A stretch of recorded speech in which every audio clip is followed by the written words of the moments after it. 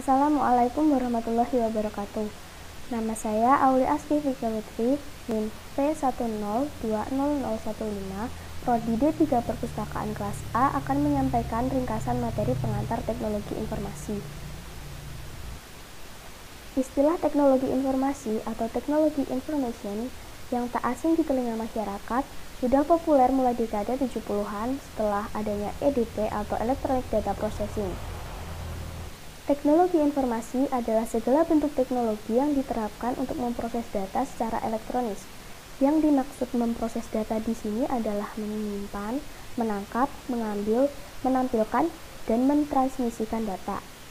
Dan teknologi ini mencakup perangkat keras, perangkat lunak, serta teknologi telekomunikasi. Perkembangan teknologi informasi menurut Toffler dibagi menjadi 3 gelombang. Gelombang yang pertama terjadi sekitar pada tahun 8000 sampai 1700 tahun sebelum Masehi. Manusia pada masa itu mulai netap, kemudian ditemukan cara bercocok tanam. Dan pada masa bercocok tanam ini manusia mulai menemukan teknologi-teknologi untuk membantu dalam menyelesaikan pekerjaan mereka. Teknologi pada masa ini contohnya ada kapak batu, beliung, dan alat-alat dari serpihan batu atau gerabah. Kemudian gelombang kedua terjadi pada tahun 1700 sebelum Masehi sampai 1970. Pada era ini berkembang teknologi mesin yang menggantikan tenaga manusia dan hewan. Terjadi perubahan yang besar di sektor kehidupan manusia seperti pendidikan, bisnis, transportasi. Sehingga pada masa itu disebut sebagai era revolusi industri 1. Kemudian gelombang ketiga terjadi pada tahun 1979 sampai 2000. Pada masa itu disebut revolusi industri kedua, karena berkembang teknologi komunikasi dan transportasi. Kemudian berkembangnya ilmu angkasa luar dan adanya teknologi dalam sains seperti genetika dan biologi yang seperti saat ini sudah dikenal. Selanjutnya karakteristik teknologi informasi. Yang pertama adanya banyak option dalam metode dan alat, sehingga ada kesempatan memilih di antara berbagai metode dan alat untuk menjalankan aktivitas manusia. Yang kedua, kemungkinan adanya aktivitas mengombinasikan TI, metode, dan sistem yang berbeda dan terpisah, dan menghasilkan berbagai bentuk baru. Kemudian yang ketiga, kecenderungan ke arah individualisasi. Hal ini dalam konsep pemakaian teknologi informasi. Contohnya, dulu ketika akan mengikuti seminar harus berkumpul di suatu tempat. Tapi, sekarang dengan hadirnya teknologi informasi, orang-orang tidak perlu berkumpul di suatu tempat untuk mengadakan seminar. Cukup memanfaatkan aplikasi seperti Zoom, Google Meet, dan sebagainya. Selanjutnya, ruang lingkup teknologi informasi. Yang pertama ada teknologi masukan atau input. Adalah segala perangkat yang menangkap data.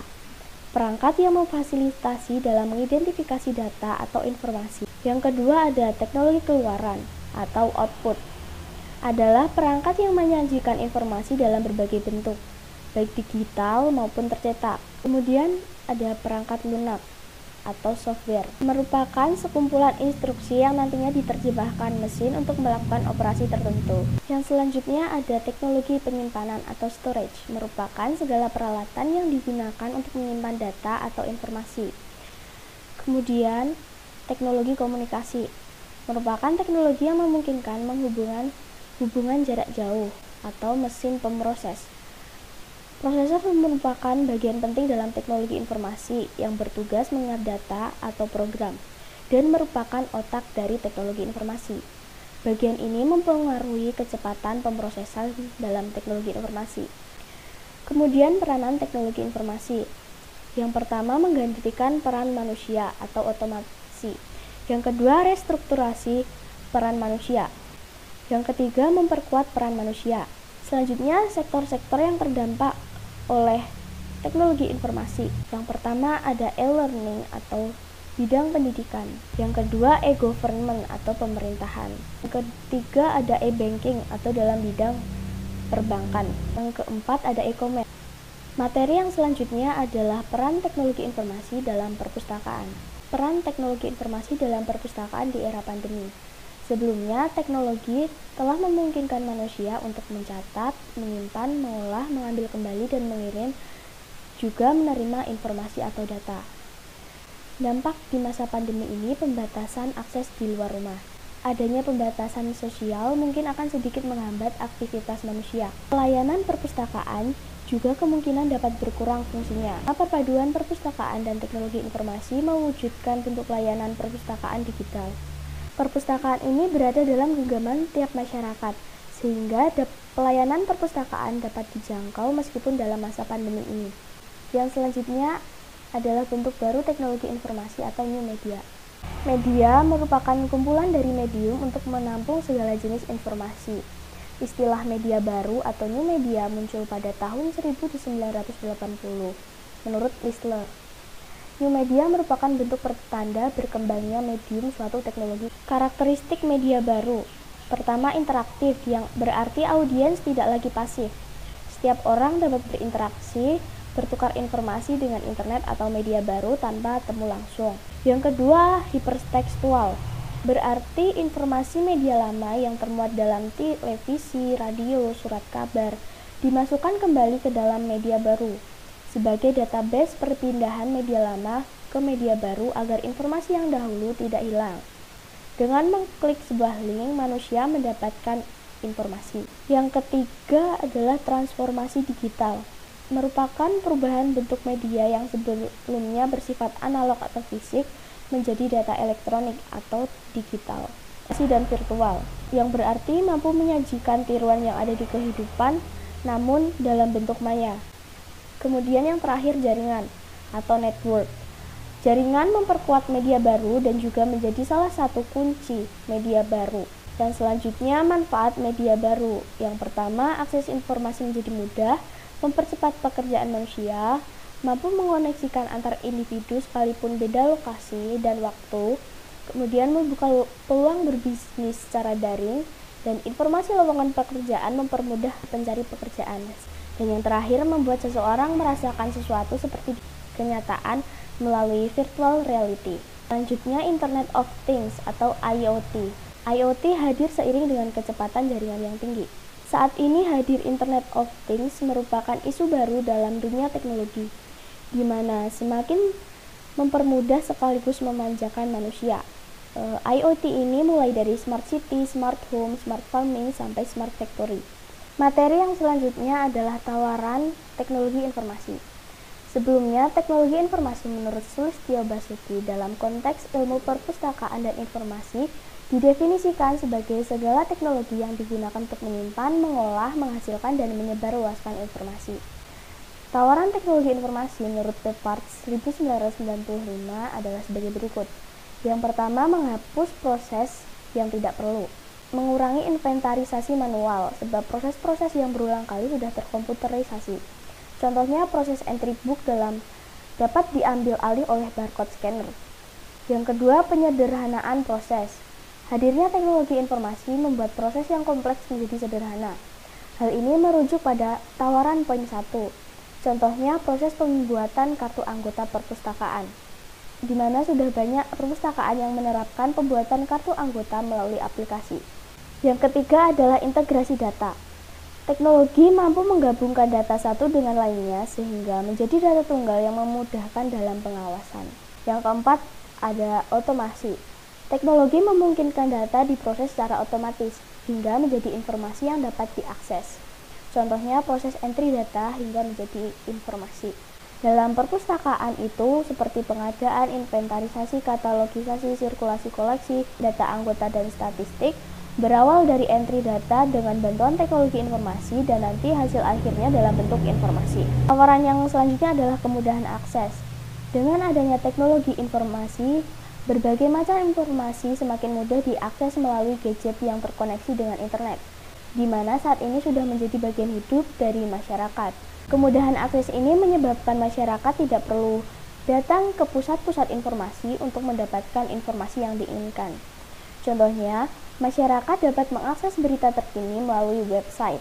Selanjutnya, ruang lingkup teknologi informasi dalam perpustakaan.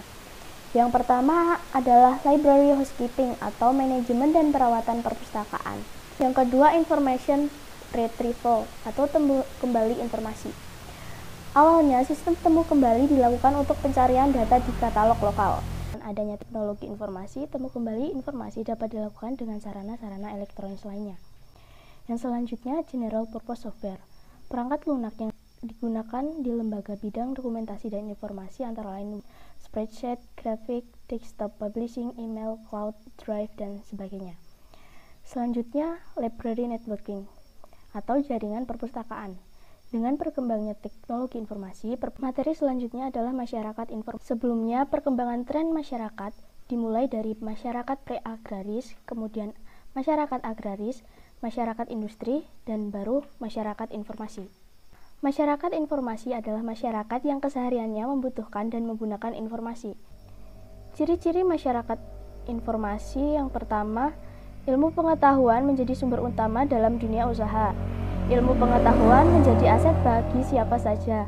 Ilmu pengetahuan mendongkrak kemajuan usaha atau strategi pemasaran, mengumpulkan, mengolah, dan memanfaatkan informasi untuk pengambilan keputusan dalam dunia pencarian kerja, dan ketergantungan pada media massa sangat besar.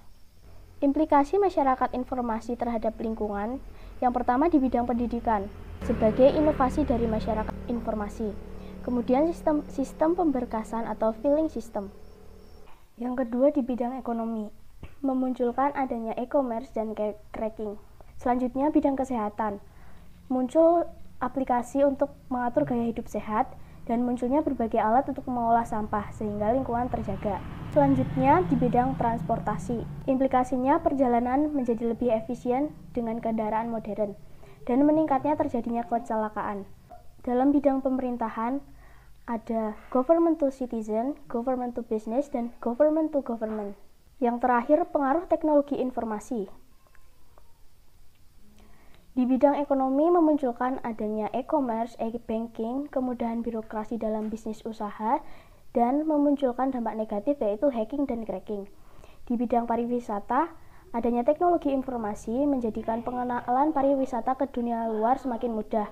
Akses reservasi juga mudah dan pemandu ke tempat pariwisata dapat dijangkau.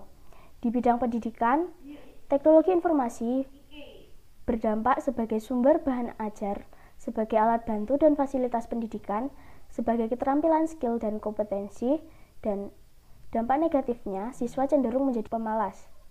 Di bidang politik, adanya teknologi informasi menjadikan penyampaian aspirasi masyarakat menjadi lebih mudah.